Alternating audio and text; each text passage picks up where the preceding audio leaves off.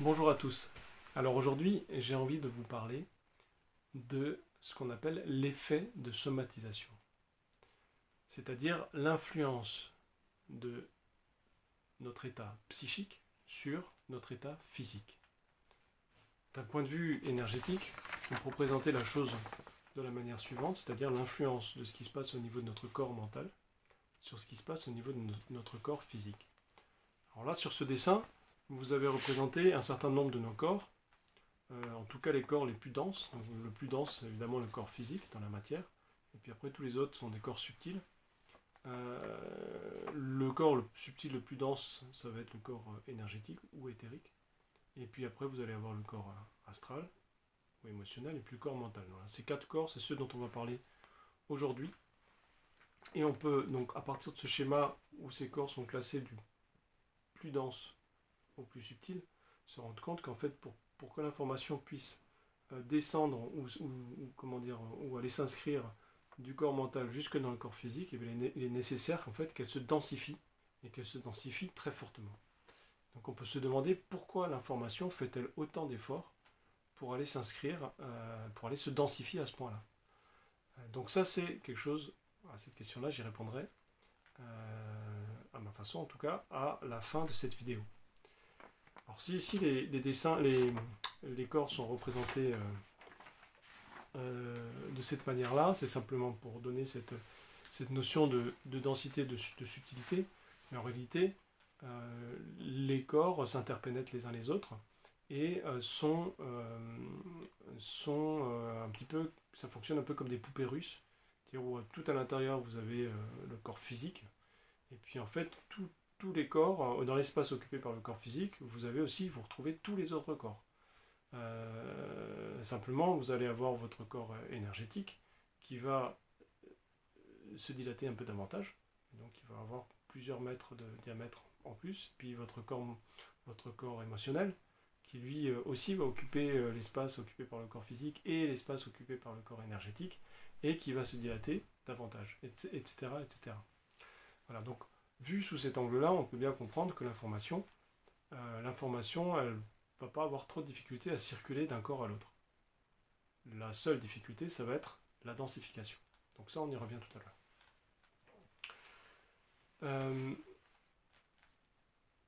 Nos pensées, ou une bonne partie de nos pensées, va émerger des situations qu'on va vivre dans le quotidien. Au moment de vivre une situation, en fait, on va avoir directement une réaction au niveau de notre émotionnel, dans tous les cas, on peut dire. L'émotionnel, on va avoir une émotion qu'on appelle primaire, et cette émotion va être, la nature de cette émotion va être influée par nos mémoires anciennes. Je m'explique. Quand on vit une situation donnée, en fait, on va rentrer en résonance. Notre mémoire ancienne va rentrer en résonance avec cette situation, et en la reconnaissant, ou non, va générer une émotion en relation. Et donc c'est notre inconscient en fait, ces réactions émotionnelles vont être, la nature de ces réactions émotionnelles vont chercher leur origine dans notre inconscient, y compris après la nature des pensées qui vont être issues de ces émotions. Elles vont être colorées par la perception que l'on va avoir de cette situation, et cette perception va être influencée directement par nos mémoires anciennes. Alors quelles sont ces mémoires anciennes, nos mémoires profondes? C'est un certain nombre de choses. Donc première chose, ça peut être ce qu'on appelle l'enfant intérieur, c'est-à-dire la période qui va de notre conception jusqu'à à peu près nos 7 ans, qui passe par la période de gestation, la naissance, et également donc nos premières années de vie. Il va y avoir des mémoires transgénérationnelles aussi, et il va y avoir aussi des mémoires karmiques. Voilà un petit peu les trois axes dans lesquels on va trouver nos mémoires profondes. Et donc ces mémoires profondes vont, je le répète, parce que c'est très important, agir à la fois sur nos émotions primaires et à la fois donc aussi sur la nature de nos pensées. Alors, maintenant je vais parler des pensées en général. Je reviendrai sur ces histoires de mémoire ancienne. Ensuite, les pensées peuvent arriver nos pensées peuvent arriver de différentes sources. On peut avoir des pensées intuitives. Donc là, ce seront des pensées qui ne vont pas naître au niveau de notre corps mental, mais ce seront des pensées qui vont arriver d'informations qui sont issues de nos canaux de perception extrasensorielle, ou aussi au niveau de notre qui je suis profond, c'est-à-dire notre être profond, qui va être... Donc ça, je ne rentre pas dans les détails, mais simplement pour dire que c'est les informations qui vont arriver de cette source-là. D'ailleurs, c'est l'un de nos corps spirituels. Donc cette information va se densifier pour arriver au niveau de notre corps mental. Ça, c'est ce qu'on peut appeler nos pensées intuitives. Ensuite, on va avoir aussi des pensées qu'on peut classer dans le domaine des pensées analytiques, qui vont être des pensées de concrétisation, de projet. On va réfléchir, on va mettre en forme, on va analyser, etc. Voilà, vraiment des pensées maîtrisées, des pensées contrôlées, on peut dire. Et puis après, un autre type de pensée qui va plus nous intéresser par rapport à ce dont on parle là, qui vont être des pensées en général non contrôlées, qu'on peut classer en deux catégories. Les pensées dites positives, voilà, même si la notion de positif et négatif c'est simplement pour catégoriser, mais il n'y a aucune notion de bien et de mal, on est bien d'accord là-dessus. Donc les pensées positives qui vont générer de la fluidité, on va dire, de la clarté. Ces pensées positives, ça va être des pensées d'amour, des pensées de reconnaissance, des pensées d'émerveillement, des pensées de gratitude, voilà ce genre d'énergie-là. Et puis après, des pensées qu'on peut catégoriser comme négatives, dans le sens où elles vont générer de la non-fluidité, ou peut-être même du blocage, à un certain moment. Ces pensées vont être de l'ordre du jugement, par exemple, jugement de soi, jugement des autres, des pensées d'inquiétude, des pensées, inquiétude, préoccupation, des inquiétudes liées à des phobies, des pensées liées à des situations de vulnérabilité. Voilà un petit peu le type de pensée que l'on peut catégoriser comme négatives, et qui vont donc générer qui vont être source de blocage, en fait. Voilà, on peut aussi avoir des pensées, que j'ai pas pensé, mais des pensées de regret, des pensées de remords, des pensées de vengeance aussi. Voilà, ce genre de pensées-là. Donc on voit que assez facilement, ça peut vraiment tout de suite le saisir, que nos émotions primaires vont générer rapidement des pensées, mais que les pensées elles-mêmes vont générer aussi des émotions. Et donc ça, c'est un système qui va se nourrir un peu en permanence. Et donc l'information va très, très facilement passer en fait entre ces deux corps-là, ou entre ces deux systèmes-là, on va dire, entre l'émotion et la pensée. Et petit à petit, sur en tout cas des systèmes entre guillemets négatifs, c'est-à-dire qui vont générer petit à petit des blocages,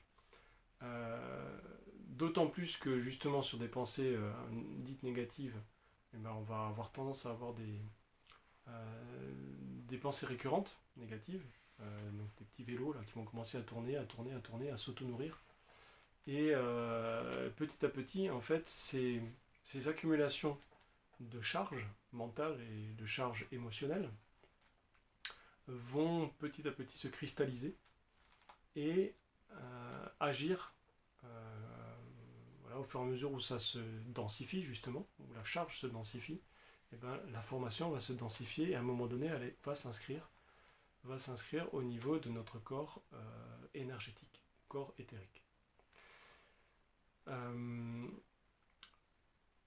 Donc ça c'est assez facile à comprendre. Et suivant le type d'émotion ou le type de pensée, en fait, ça va s'inscrire à tel ou tel endroit, ou tel au pluriel, hein, endroit de notre corps énergétique. Donc là, je ne rentre pas dans les détails sur à cause de ça, on va avoir à tel endroit, etc. C'est pas trop le sujet, mais c'est simplement de comprendre qu'il n'y a pas vraiment de hasard en fait. Pour ça, je veux juste citer un extrait des principes de la pratique médicale en médecine traditionnelle chinoise, euh, qui donne bien une idée en fait de ces impacts et de ce lien direct. L'inquiétude agite le cœur et cela a des répercussions sur le poumon. L'excès de réflexion agite le cœur et cela a des répercussions sur la rate. La colère agite le cœur et cela a des répercussions sur le foie. La peur agite le cœur et cela a des répercussions sur le rein. Donc là, c'est un tout petit extrait, mais qui montre qu'effectivement, le type de pensée ou le type d'émotion va avoir un impact sur, ici en l'occurrence, on parle des organes. On remarque d'ailleurs que le cœur, il est mis un peu à toutes les sauces, parce qu'effectivement, c'est peut-être celui qui prend le plus. Et après, voilà, sont cités d'autres organes. Et d'ailleurs, pour la suite de l'exemple, pour la suite de l'explication, pardon, je vais partir plus sur un exemple un peu plus concret, parce que là, jusque-là, j'ai donné un peu des généralités. Et j'aimerais donner l'exemple de la rate, parce qu'il y a une expression en français que j'aime beaucoup, qui est rigolote, en l'occurrence, l'expression c'est se mettre la rate en courbouillon. Je ne sais pas si vous connaissez cette expression, mais ça veut simplement dire au départ, on a des préoccupations, qu'on va se tourner les méninges pour essayer d'envisager plein de scénarios, etc. Et on va tourner ça à fond dans la tête et on va se finir par se faire des nœuds ou des blocages énergétiques au niveau de la rate, en fait. Voilà ce qui se passe dans le sens concret. Donc pour étayer cet exemple, je vais sortir un petit schéma ici où est représenté ce qu'on appelle le méridien de la rate. Alors, les méridiens, ce sont des réseaux énergétiques qui réseautent entièrement notre corps énergétique. On trouve aussi des réseaux au niveau de notre corps émotionnel, hein, au corps astral, qu'on appelle les nadis. Donc là, en l'occurrence, c'est des réseaux au niveau de notre corps énergétique. Et pourquoi je vous donne cet exemple? C'est pour vous montrer qu'en fait, ce qui va avoir un impact là où se trouve le blocage au niveau de notre corps énergétique, en fait, on n'aura pas forcément le blocage qui va se trouver au même endroit. L'expression de ce blocage ne va pas se manifester au même endroit sur notre corps physique. La rate, ici, elle se trouve donc, sur le schéma, elle se trouve à peu près par là. Hein. Et en fait, on peut voir qu'ici, sur le réseau du méridien de la rate, qui d'ailleurs s'appelle plus justement méridien rate-pancréas, en fait, vous avez tous ces points-là en fait qui vont être en connexion, en miroir, hein, d'un côté et de l'autre, bien que la rate elle soit là. Donc si j'ai un blocage en fait au niveau de la rate, je peux très bien avoir aussi, la manifestation de ce blocage au niveau de la rate, au niveau du corps énergétique, à un autre endroit du corps. Donc là, l'exemple précis que je vais vous donner, c'est un mal par exemple ici au niveau du doigt de pied. Vous pouvez avoir une maladie qui s'appelle la goutte, voilà, avec des abcès en fait qui apparaissent. Et en fait, la goutte, c'est une maladie qui est en lien, quasiment toujours, voire toujours. Alors peut-être pas que, mais en tout cas la rate est extrêmement importante dans la manifestation de la goutte, parce que ça veut dire que la rate n'arrive pas à gérer en fait une forme d'acidité qu'il y a dans le sang. Donc là je ne rentre pas dans les détails, mais simplement pour montrer que le rôle de la rate par rapport à ça est que finalement la manifestation dans le physique de la goutte, l'origine, ou l'une des origines principales va être que vous avez un blocage au niveau de votre rate. Donc, la moralité de l'histoire, c'est que quand j'ai un problème ici au niveau de, si j'ai la goutte qui se manifeste, des abcès au niveau du pied, en fait, bon, c'est bien évidemment de soigner là où ça se présente, mais c'est bien aussi d'aller creuser l'origine énergétique d'abord du problème, remonter ce qu'on appelle le fil d'Ariane, c'est-à-dire aller voir d'abord l'origine énergétique, puis après aller voir l'origine émotionnelle, et puis après aller voir l'origine peut-être mentale, s'il y en a une, et dans tous les cas, aller voir l'origine profonde, c'est-à-dire d'où vient, quelle est la mémoire en fait profonde, ancienne, qui va avoir généré ça à la base. Voilà pour le petit exemple. Alors tout à l'heure, je disais que on peut se demander pourquoi cette information va avoir un tel besoin de se densifier. En fait, quand on a une information qui est au niveau de l'inconscient, elle va toujours avoir besoin de remonter au conscient. Ça, c'est ce qu'on appelle la prise de conscience, et c'est vraiment le principe même de la vie.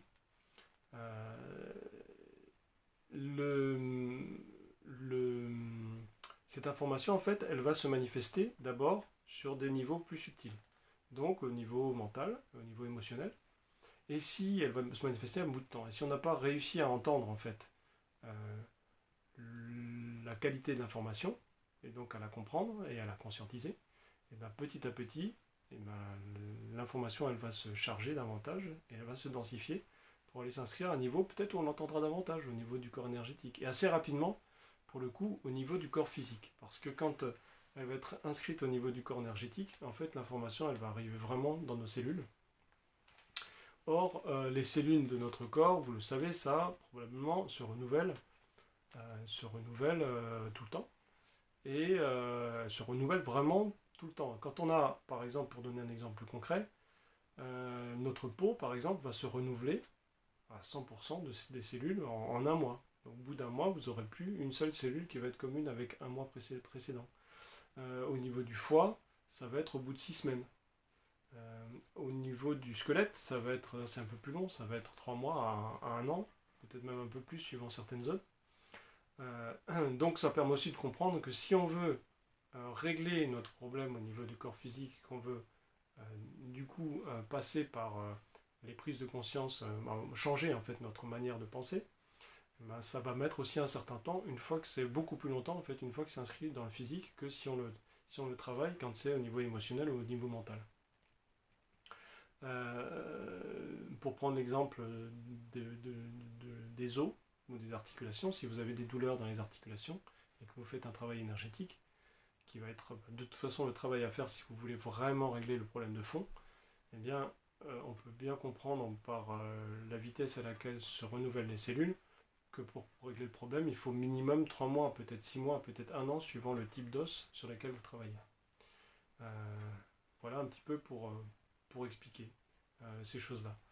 Quand on va donc rentrer dans le travail qui va permettre de régler ces problèmes de fond,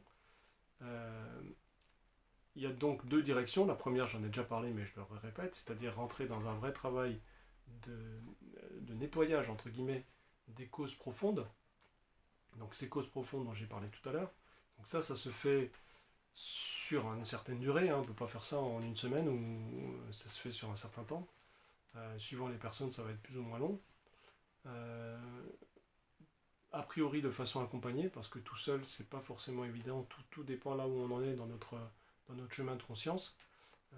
En tout cas, quand on démarre, c'est quasiment impossible de le faire sans se faire accompagner.